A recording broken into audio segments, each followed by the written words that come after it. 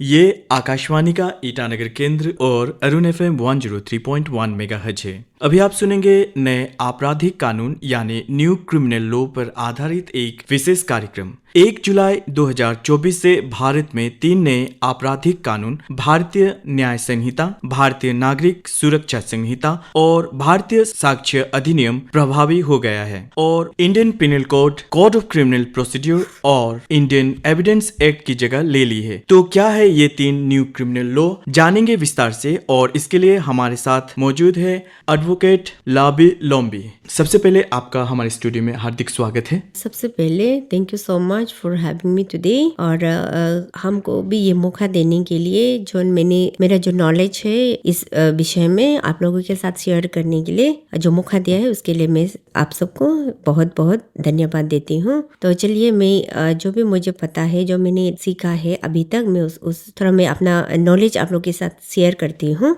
तो बेसिकली ये जो कानून है 25 दिसंबर 2023 को प्रेसिडेंट ऑफ इंडिया ने असेंट किया था और इसका जो लागू है 1 जुलाई 2024 से है। तो ये कानून जो है हमारा पुराना जो कानून था, Indian penal code, criminal procedure code और इंडियन एविडेंस एक्ट को नया नाम दिया है, संस्कृत नाम दिया है, जो कि इंडियन पिनल कोड को भारतीय न्याय संहिता 2023 और क्रिमिनल प्रोसीजर कोड को भारतीय नागरिक सुरक्षा संहिता 2023 और इंडियन एविडेंस एक्ट को भारतीय साक्ष्य अधिनियम 2023 नाम दिया है। तो बेसिकली ये लॉ को इंट्रोड्यूस करने का मेन कारण ये था कि ये जो हमारा पुराना लॉ है ब्रिटिश ने नाम दिया है, तो अभी ये नाम को अपना एक इंडियन नाम देने के लिए इसका नाम बदला गया है। ये जो नया कानून है इसमें नया क्या क्या है जो पिछले कानून में नहीं था? ओके, तो बेसिकली हमारा इंडियन पिनल कोड में 511 सेक्शंस था,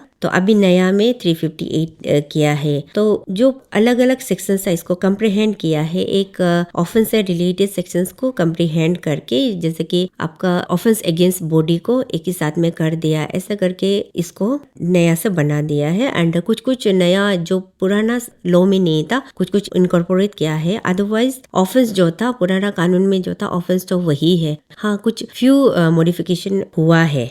जी, तो मैडम जैसे कुछ मॉडिफिकेशन तो हुए हैं, लेकिन हम आपसे ये जानना चाहिए सबसे पहले, क्योंकि जो भी हम पब्लिक को देखकर ये कुछ भी लॉ बनाते हैं, तो आपसे जानना चाहेंगे कि ये पीपल फ्रेंडली कितना है? पीपल फ्रेंडली अभी जो जिसने लॉ बनाया है, जो पार्लियामेंट का, उन लोग का कहना है कि ये लॉ जो है स्पीडी ट्रायल होगा, इससे स्पीडी पनिशमेंट जो ट्रायल जो बोलता है, कोर्ट का जो प्रोसीडिंग है, इन्वेस्टिगेशन पार्ट है और कोर्ट का जो प्रोसीडिंग पार्ट है वो जल्दी होगा और जितना जल्दी हो सके पीपल जो विक्टिम्स है उन लोगों को जस्टिस जो है इमीडिएट डिलीवर होगा, जल्दी डिलीवर होगा, और ये उन लोग का मानना है। अभी प्रैक्टिकली कितना पॉसिबल है इस बारे में अभी हम कमेंट नहीं कर सकेंगे। कुछ डिसएडवांटेजेस भी होंगे, तो इसके जो डिसएडवांटेजेस क्या क्या हैं? डिसएडवांटेज बोल के तो हम ऐसा कुछ पर्टिकुलर चीज़ को हम अभी नहीं बता पाएंगे, लेकिन नया लॉ में क्या क्या इनकॉर्पोरेट हुआ है जो कि पुराना लॉ में नहीं था वो हम आपको ज़रूर बता सकेंगे। तो अभी नया लॉ में एक इंक्लूड किया है कम्युनिटी सर्विस। तो कम्युनिटी सर्विस जो है एक लेबर काम भी हो सकता है, जो एक्यूज को जो माइनर ऑफेंस में होता है उसमें कम्युनिटी सर्विस कराने का जो मैनुअल वर्क भी हो सकता है। उसको कोर्ट विल डिसाइड कि किस तरह का उसको कम्युनिटी सर्विस देगा। वो हो सकता है किसी को एक ऑफिस को 2-4 दिन के लिए झाड़ू मरवाना हो सकता है, या फिर कोई लेबर है कंस्ट्रक्शन साइट में उसको 1 हफ्ता के लिए या 2 हफ्ता के लिए काम करवा सकता है विदाउट रिम्यूनरेशन। वो चीज इंक्लूड किया है। वो किस किस ऑफेंस में इंक्लूड हुआ होगा वो जो है गवर्नमेंट सर्वेंट। फर्स्टली सेक्शन 202 में उसने बोला है कि पब्लिक सर्वेंट जो अनफुल एंगेजिंग इन ट्रेड, जो पब्लिक सर्वेंट है जो अनलॉफुल ट्रेड में एंगेज होता है उसको भी कम्युनिटी सर्विस उसका सजा जो है 1 साल तक भी होगा विद फाइन, और उसको कम्युनिटी सर्विस भी करा सकता है। एंड दूसरा, अगर कोर्ट उसको सम्मन करता है, कोर्ट का सम्मन को एवेट कर रहा है, कोर्ट का सम्मन को जान के भी कोर्ट में नहीं आ रहा है और उसको प्रोक्लेम करता है as per section 84 of BNSS, तो उसमें भी कम्युनिटी सर्विस का पनिशमेंट दिया जा सकता है। एंड थर्डली, जो attempt to commit suicide to compel or restrain exercise of lawful power, जो अगर कोई पब्लिक अथॉरिटी को उसको लॉफुल ड्यूटी करने से कोई रेस्ट्रेन करता है उसमें भी आप कम्युनिटी सर्विस का पनिशमेंट दे सकता है। और एक सेक्शन है 303 तो प्रोवाइजो में ये बोल रहा है कि जहाँ पे स्पेशली चोरी का केस में जहाँ पे जो चोरी किया हुआ सामान है वो 5000 से बिलो है, तो उसमें भी कम्युनिटी सर्विस का पनिशमेंट दे सकता है। और एक जो पी पा के जो लोग गाड़ी चला रहा है, रात को मिसबिहेव करता है, पब्लिक एनवेंस क्रिएट कर रहा है या फिर किसी को तकलीफ दे रहा है, ऐसे में भी कम्युनिटी सर्विस का पनिशमेंट दे सकता है। और एक है डिफेमेशन जो किसी को खराब कहना, किसी के बारे में कुछ खराब बोलना या फिर किसी को इंसल्ट करना, जो एक होता है किसी के मैंने कैरेक्टर को लेके, उसका पर्सन को लेके उसको नीचा दिखाने के लिए जो होता है, उसमें भी कम्युनिटी सर्विस का आपको पनिशमेंट दे सकता है। जी, जीरो एफआईआर बहुत सुन रहे हैं। अब इस कानून के तहत हम जानना चाहें कि एग्जैक्टली ये जीरो एफआईआर है क्या?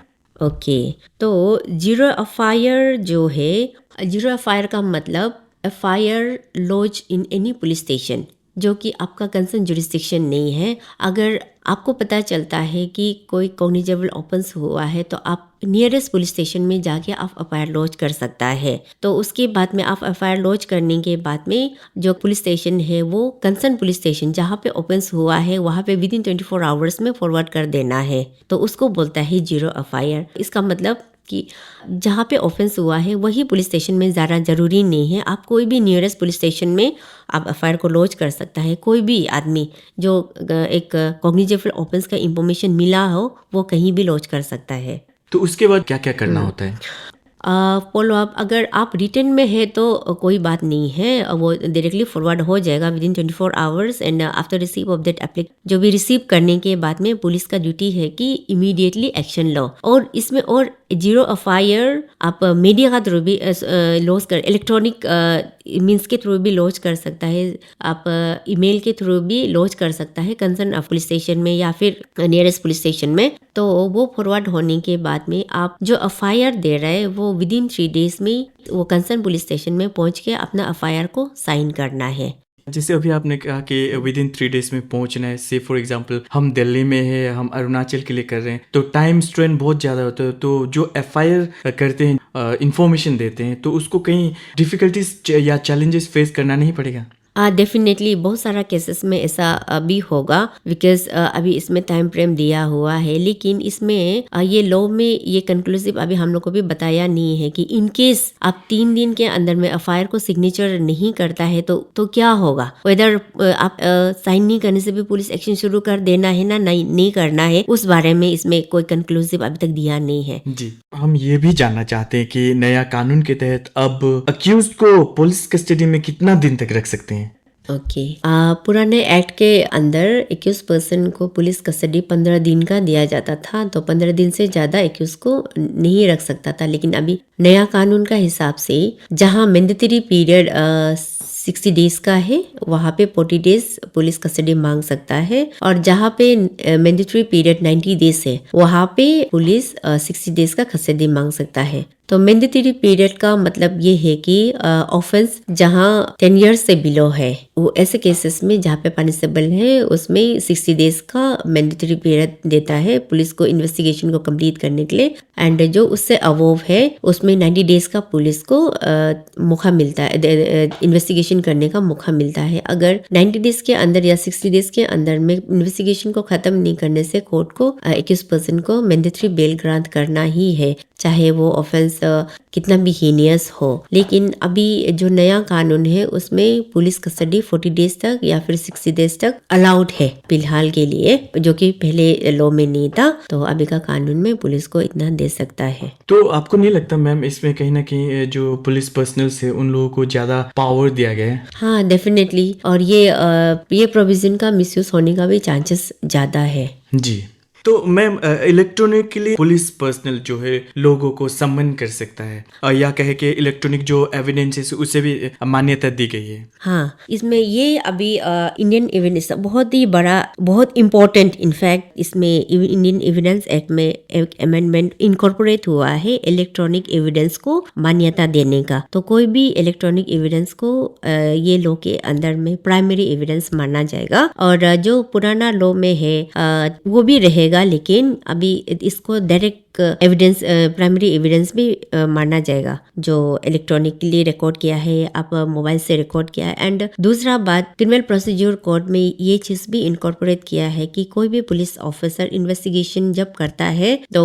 सीजर आपने रिकॉर्ड करना है जी। उसको रिकॉर्ड करना है, और रिकॉर्ड करने के बाद में आपको मजिस्ट्रेट के पास भी वो रिकॉर्ड को भेज देना है जी। और एक चीज BNSS में ये इनकॉर्पोरेट किया है कि अगर कोई भी रेप केस FIR लॉन्च होता है तो पुलिस का सबसे पहला ड्यूटी है कि विक्टिम को उसका घर में ही स्टेटमेंट लेना है। अगर उसका घर में पॉसिबल नहीं है तो उसका चॉइस ऑफ प्लेस, वो कहाँ पे कंफर्टेबल है वहाँ पे स्टेटमेंट रिकॉर्ड करना है। एंड अगर रिकॉर्ड करते समय उसका फैमिली मेंबर का प्रेजेंस भी होना है। अगर फैमिली मेंबर प्रेजेंस नहीं है तो कोई रिलेटिव जिसके साथ में वो कंफर्टेबल है वो रह सकता है, या फिर कोई सोशल वर्कर जो विद इन लोकेलिटी का वो रह सकता है। एंड जितना सकेगा एक लेडी पुलिस ऑफिसर ही स्टेटमेंट को रिकॉर्ड करना चाहिए है। ये चीज जो है ये बहुत इंपॉर्टेंट इनकॉर्पोरेशन है अभी का नया लॉ में। इसमें एक जो चीज है वीडियोग्राफी जो है मैंडेटरी किया गया है, इस बारे में आप क्या कहेंगे? हाँ, इन्वेस्टिगेशन सीजर ये सेक्शन भी इनकॉर्पोरेट किया है,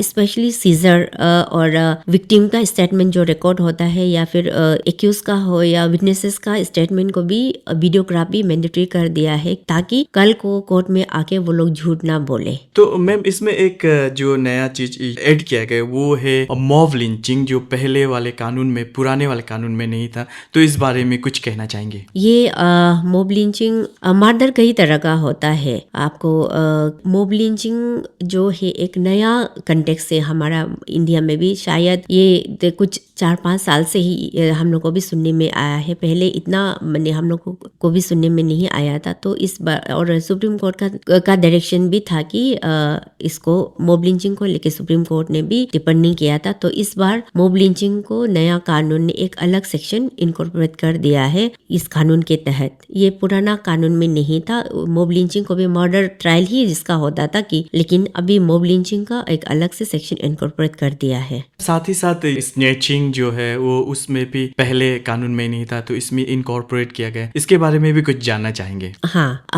पहले स्नेचिंग पुलिस को डिसाइड करना होता था कि ये कौन सा सेक्शन में ये केस को डालना है। और जैसे कि टेफ्ट होता था, चोरी, घर में चोरी, बाहर में चोरी, ऐसे था। मैंने चोरी भी बहुत तरह का। तो इस बार ये नया कानून में चोरी का भी अलग अलग डिफिनेशन दिया हुआ है कि स्नेचिंग, बाइक लिफ्टिंग। तो ये अलग अलग लोगों को अलग अलग तरह से इसको डिफाइन कर देना ये बहुत ही अच्छा बात है कि जो कि पहले इसमें नहीं था। एंड और BNSS में एक अच्छा बात ये है कि इसमें टाइम फ्रेम दिया है, टाइम लाइन फॉर वर्डिक्ट। कोई भी केस को चार्जशीट फाइल करने के बाद में विद इन 90 डेज में कमिट करना है। उसके बाद में विद इन 14 डेज में एक्यूज को भी और जो विक्टिम है उसको भी जो रेलेवेंट डॉक्यूमेंट, केस का रेलेवेंट डॉक्यूमेंट भी दे देना है। और अगर कोई भी एक्यूज को लगता है कि उसका अगेंस्ट में केस बना नहीं है तो विद इन 60 डेज के अंदर में उसको डिस्चार्ज एप्लीकेशन कोर्ट में फाइल करना है। अगर विद इन 16 डेज के अंदर में वो डिस्चार्ज एप्लीकेशन फाइल नहीं करता है तो उसका जो राइट है वो वेव ऑफ हो जाएगा। आफ्टर 60 डेज वो डिस्चार्ज एप्लीकेशन फाइल नहीं कर पाएगा।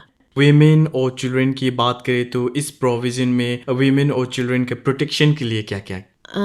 वुमेन और चिल्ड्रन प्रोटेक्शन के लिए तो पहले से भी है। और ये लॉ में भी एक अच्छा ये है कि एक अलग से कंप्रीहेंड कर दिया है ये लॉ को।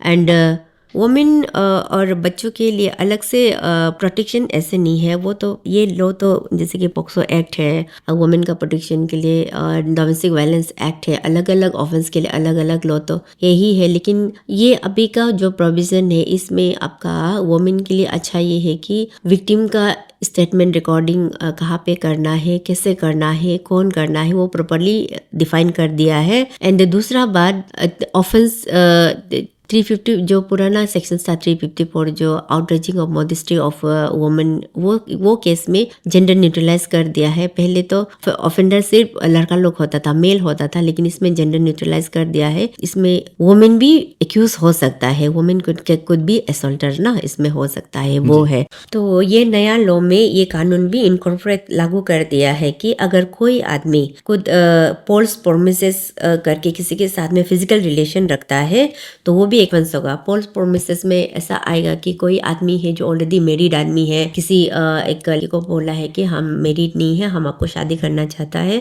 देन फिजिकल रिलेशन रखा, लेकिन बाद में पता चलता है कि he is already A married person and शादी नहीं कर सकते, तो वो फॉल्स प्रोमिसेस के अंदर में आएगा। और जो आदमी फॉल्स प्रोमिस करके किसी के साथ में सेक्सुअल रिलेशन बनाता है, he will be punished under the law. अभी का जो नया लॉ में वो भी है, वो जो कि पुराना लॉ में नहीं था। जी। और जो बच्चा है, चाइल्ड का जो डेफिनेशन है उसको जेंडर न्यूट्रलाइज कर दिया है कि चाइल्ड कुड बी मेल इधर फीमेल। नए कानून के तहत फॉरेंसिक एविडेंस का जो इम्पोर्टेंस है वो क्या क्या होगा? ओके, तो पहले पुराना एक्ट में फोरेंसिक एविडेंस के बारे में नहीं था, तो अभी का जो नया लॉ है उसमें फोरेंसिक एविडेंस के बारे में भी क्लियरली एक सेक्शन दिया हुआ है 176 सब क्लॉज 3 में।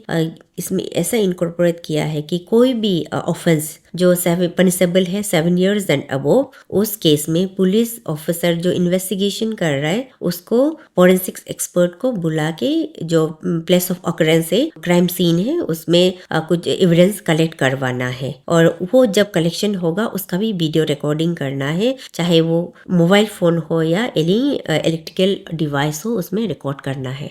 जुडिशियल ऑफिसर्स की बात कर ली, पुलिस पर्सनल की बात कर ली, हमने लॉयर्स एंड एडवोकेट की बात कर ली। जब बात करते हैं स्टूडेंट्स की, आई मीन लॉ स्टूडेंट्स की, तो उन्हें जो एकेडमिक सेशन में जब लॉ पढ़ाया जाएगा तो वे क्या क्या चैलेंजेस फेस करेंगे या फेस कर रहे हैं?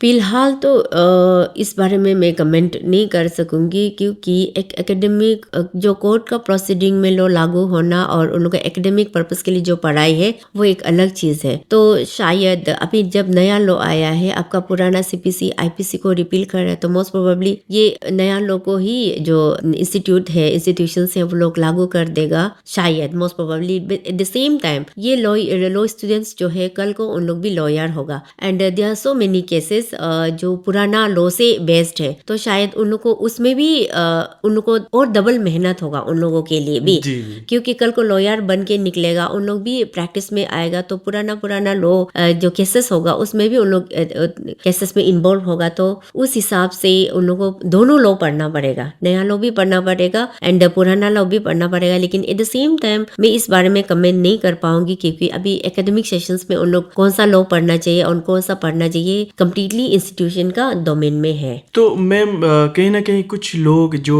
स्कॉलर्स कहें या तो जो इंटेलेक्चुअल्स है, कहीं ना कहीं वो क्रिटिसाइज करते हैं कि इसमें जो है लैक ऑफ ट्रांसपेरेंसी है।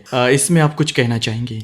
लेक ऑफ ट्रांसपेरेंसी मेरा हिसाब से सबको तो नहीं, जो सेक्शन है जैसे कि आपका वीडियोग्राफी है आपका स्टेटमेंट रिकॉर्ड में, या फिर आपका जो एविडेंस कलेक्शन में वीडियोग्राफी, इस हिसाब से तो हमको नहीं लगता कि ट्रांसपेरेंट नहीं है। इनफैक्ट ज्यादा ट्रांसपेरेंट है, अकाउंटेबल होगा। आपका पुलिस डिपार्टमेंट भी जो इन्वेस्टिगेशन ऑफिसर्स है वो लोग भी अकाउंटेबल होगा, और उनका जो इन्वेस्टिगेशन प्रोसीजर है वो भी मोर ट्रांसपेरेंट होगा। ये क्योंकि नया लॉ है, बहुत सारे चैलेंजेस आ रहे होंगे, आप लोगों को भी कुछ ट्रेनिंग दिया गया है इसके अवेयरनेस के लिए? हाँ, रिसेंटली गवर्नमेंट ऑफ अरुणाचल ने हम लोग को as a public prosecutor different courts का, और जैसे कि आपका सीजीएम कोर्ट है, सेशन कोर्ट है और मजिस्ट्रेट कोर्ट है, सब पीपी लोग को भी ट्रेनिंग दिया है। और ये जो हम लोग को जो ट्रेनिंग था वो सेकेंड बैच था, फर्स्ट बैच जो ऑलरेडी जुडिशियल ऑफिसर्स को दिया है। अभी ये ट्रेनिंग देना बहुत ही जरूरी, specially law executing agencies like judicial officers को, आपका पुलिस को और एडवोकेट को बहुत अच्छा से ट्रेनिंग देना बहुत जरूरी है। क्योंकि ये लॉ का लागू होने के बाद भी हमारा पुराना जो लॉ है वो भी चलते रहेगा, क्योंकि जो पुराना ऑफेंस है जो पहले आईपीसी के अंदर में लॉन्च हुआ है वो पुराना आईपीसी सीआरपीसी प्रोसीजर से चलेगा, और जो नया कानून है ये भारतीय न्याय संहिता, भारतीय नागरिक सुरक्षा संहिता के तहत में होगा। तो हम लोगों के लिए एज ए लॉयर और जुडिशियल ऑफिसर्स और पुलिस के लिए बहुत ज्यादा दिक्कत और ओवरबर्डन होने वाला है, हो ही रहा है, और आगे भी हम लोगों के लिए प्रॉब्लम तो होगा।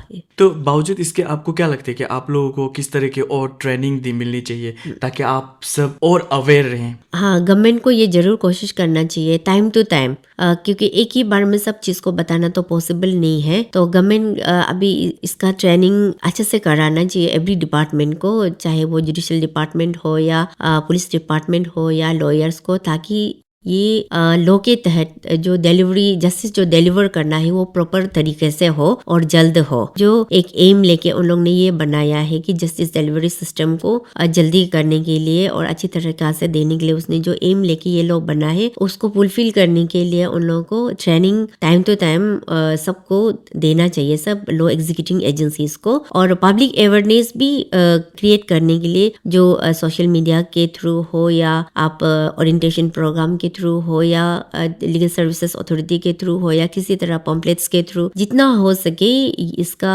एडवर्टाइजमेंट के थ्रू हो या अवेयरनेस देना चाहिए। तो जैसे मैम अभी आपने कहा कि पर्टिकुलरली एक वर्ड यूज किया सोशल मीडिया, आज जो सोशल मीडिया का जो यूज या यूटिलाइजेशन है बहुत बड़ा है, तो आपको क्या लगता है कि सोशल मीडिया पर्टिकुलरली इस बारे में अवेयरनेस फैलाने के लिए क्या रोल प्ले कर सकता है? सोशल मीडिया बहुत इम्पोर्टेंट आज का समय में प्ले कर रहा है, जैसे कि हर कोई बच्चा से लेके बूढ़ा आप फेसबुक यूज कर रहा है, आप व्हाट्सएप यूज कर रहा है, और आप ये एक प्लेटफॉर्म है जहां आप अवेयरनेस और आपका जो भी इंफॉर्मेशन को इजीली डिसेमिनेट कर सकता है, सब लोगों तक पहुंचा सकता है जी। एंड जो अभी सोशल मीडिया है लाइक इस कानून ने भी एक्नॉलेज किया है कि इसका इम्पोर्टेंस क्या है जस्टिस डिलीवरी सिस्टम में भी, इसीलिए आज जो समन से व्हाट्सएप के थ्रू भी कोर्ट इशू कर सकता है और मेल के थ्रू भी समन इशू कर सकता है। पहले की तरह नहीं है कि पुलिस आपको घर में ही लाके समन देगा। तो सोशल मीडिया आज का समय में काफी इम्पोर्टेंट रोल प्ले कर रहा है। तो ये तो बात हुई कि मैम आप लोगों को ट्रेनिंग दिया जा रहा है और अवेयरनेस सोशल मीडिया किस तरह से फैला सकती है। हम ये जानना चाहते हैं कि जब पुलिस पर्सनल की बात कहें, जुडिशियल ऑफिसर्स या ऑफिशियल्स की बात कहें, एडवोकेट और लॉयर्स की बात कहें, तो नए कानून आने के बाद आप लोगों को जो चैलेंजेस फेस करने पड़े वो क्या क्या हैं? अभी बहुत सारा मुश्किल हो रहा है कोर्ट में भी, क्योंकि हम लोग के लिए भी एक एक्स्ट्रा बर्डन है। जो जुलाई 1 2024 के बाद में जो भी ऑफेंस आ रहा है उसको संहिता के अंदर में रजिस्टर करना है। तो एंड पुराना केसेस तो है ही, जो सीआरपीसी आईपीसी के अंदर में जो केस चलना है वो भी है। तो हमारे लिए पुराना लॉ और नया लॉ को पढ़ना पुलिस के लिए, हमारे एडवोकेट के लिए और जुडिशियल ऑफिसर्स के लिए हम लोग को बहुत सारा दिक्कतें हो रहा है। पब्लिक अवेयरनेस भी बहुत जरूरी है, तो पब्लिक को अवेयर करने के लिए इस नए कानून के बारे में तो क्या क्या करनी चाहिए? एज ए पब्लिक सबको कानून के बारे में जानना बहुत ज़रूरी है, लेकिन ये पॉसिबल भी नहीं है कि पब्लिक सब कानून को भी जाने। लेकिन बेसिक जो डे टू डे लाइफ में जो चल रहा है, कैसे एफआईआर लॉन्च करना है, अगर एफआईआर रजिस्टर नहीं हो रहा है तो किसको अप्रोच करना है, ये सब चीज़ को लेके पब्लिक अवेयरनेस करना बहुत ज़रूरी है।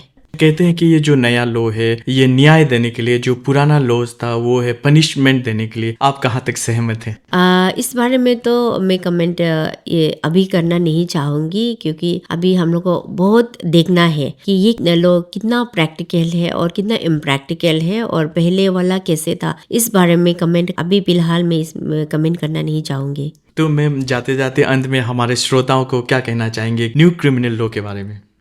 मेरा हिसाब से तो ये क्रिमिनल लॉ अगर जो बनाया है उसने पुराना लॉ में गलत देखा होगा ना, या फिर कुछ अच्छा करने का सोचा होगा, तो मैं तो यही कहूंगी कि let us take it positive. और जो इस लॉ को जिसने बनाया है, जिन लोगों ने भी इसको इंट्रोड्यूस किया है, उन लोगों को आइडिया को भी अप्रिशिएट करते हैं हुए सभी law executing agencies positive and constructive way में हम लोग भी काम करना चाहिए, ताकि ये लॉ का एम जो फुलफिल हो।